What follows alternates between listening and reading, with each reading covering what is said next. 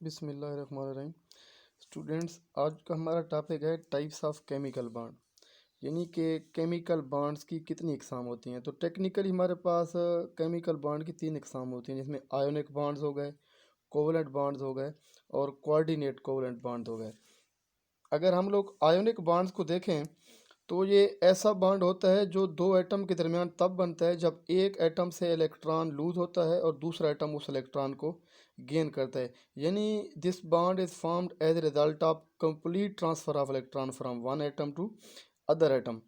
और the atom that lose electron forms cation, और ऐसा एटम जो इलेक्ट्रॉन को गेन करेगा वो एनाइन में कन्वर्ट हो जाएगा। जो एटम इलेक्ट्रॉन लूज करता है तो energy, in terms of energy, उसकी एनर्जी हाई होती है, इसलिए वहाँ से इलेक्ट्रॉन ट्रांसफ़र होता है। और जो एटम इलेक्ट्रॉन गेन करता है उसकी एनर्जी कम होती है, इसलिए वो इलेक्ट्रॉन को गेन कर लेगा। फॉर एग्ज़ाम्पल, हमारे पास फॉर्मेशन ऑफ NaCl है, यानी कि हमारे पास ये NaCl का जब कंपाउंड बनता है तो ये बेसिकली सोडियम मेटल और क्लोरीन के दरमियान बनता है। तो सोडियम का अगर हम लोग इलेक्ट्रॉनिक कन्फिग्रेशन को देखें, चूँकि इलेक्ट्रॉनिक कन्फिग्रेशन एटॉमिक नंबर पर डिपेंड करती है, सोडियम का आप देख रहे हैं एटॉमिक नंबर 11 है।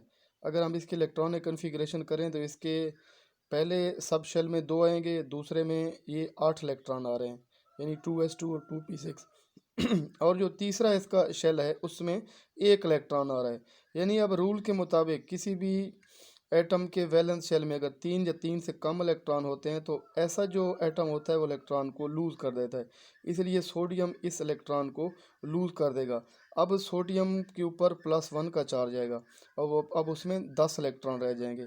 अगर आप 10 इलेक्ट्रॉनों की कन्फिग्रेशन करें तो उसके के शेल में 2 इलेक्ट्रॉन, और अब इसका ये वैलेंस शेल बन गया, इसमें आप 8 इलेक्ट्रॉन होंगे। यानी जब सोडियम अपना 1 इलेक्ट्रॉन लूज़ कर देगा तब ये सोडियम आयन में कन्वर्ट हो जाएगा। अगर आप क्लोरीन को देखें तो क्लोरीन का एटॉमिक नंबर 17 होता है।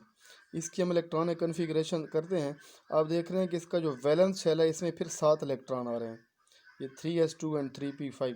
तो इसको अपना ऑक्टेट मुकम्मल करने के लिए 1 इलेक्ट्रॉन की ज़रूरत है। ये जो सोडियम इलेक्ट्रॉन लूज़ करता है उस इलेक्ट्रॉन को जब क्लोरीन गेन कर लेता है तो इसमें 1 इलेक्ट्रॉन ज़्यादा हो जाता है, इसलिए इसमें 18 इलेक्ट्रॉन हो गए। अब इसके ऊपर नेगेटिव चार्ज आ जाएगा, यानी अब ये एन आयन में कन्वर्ट हो गया है। जब हम इसकी इलेक्ट्रॉनिक कन्फिग्रेशन करेंगे तब इसके वैलेंस शेल में अब 8 इलेक्ट्रॉन हो गए, यानी ये अब रूल ऑफ ऑक्टेट को इसने फॉलो किया है। तो सोडियम आयन और क्लोराइड आयन के दरमियान जो बनने वाला बॉन्ड होगा वो NaCl बनेगा, और इस बॉन्ड को हम लोग बोलेंगे आयोनिक बॉन्ड, और कंपाउंड को बोलेंगे आयोनिक कंपाउंड। तो इस तरीके से ऐसा बॉन्ड या ऐसे कंपाउंड जो कंप्लीट ट्रांसफ़र ऑफ इलेक्ट्रॉन की वजह से बनते हैं, they are called ionic compounds, and such bonds are called ionic bonds. Thank you.